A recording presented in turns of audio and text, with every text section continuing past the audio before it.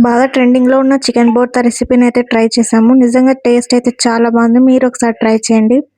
First వచ్చేసి ఒక కడాయి తీసుకొని అందులోకి ఆయిల్ వేసుకొని ఆనియన్స్‌ని డీప్ ఫ్రై చేసుకోవాలి. అలాగే అందులోకి ఎండుమిర్చి వేసి బాగా డీప్ ఫ్రై చేసుకోవాలి.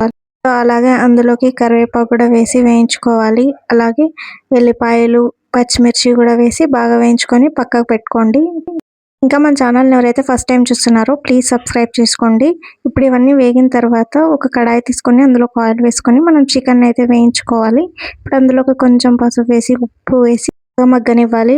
అలాగే అందులోకి లాస్ట్‌లో కొంచెం అల్లం వెల్లుల్లి పేస్ట్, కారం వేసి బాగా ఒక 5 నిమిషాల పాటు మగ్గనిచ్చి పక్కన తీసి పెట్టుకోండి. ఇప్పుడు మనం అన్నీ వేయించుకున్నాం కదా! అవన్నీ స్మాష్ చేసుకోవాలి. కొంచెం ఉప్పు వేసుకొని మొత్తం అన్నీ స్మాష్ చేసుకొని పక్కన పెట్టుకోండి. ఇప్పుడు అందులోకి కొంచెం కొత్తిమీర వేసుకోవాలి.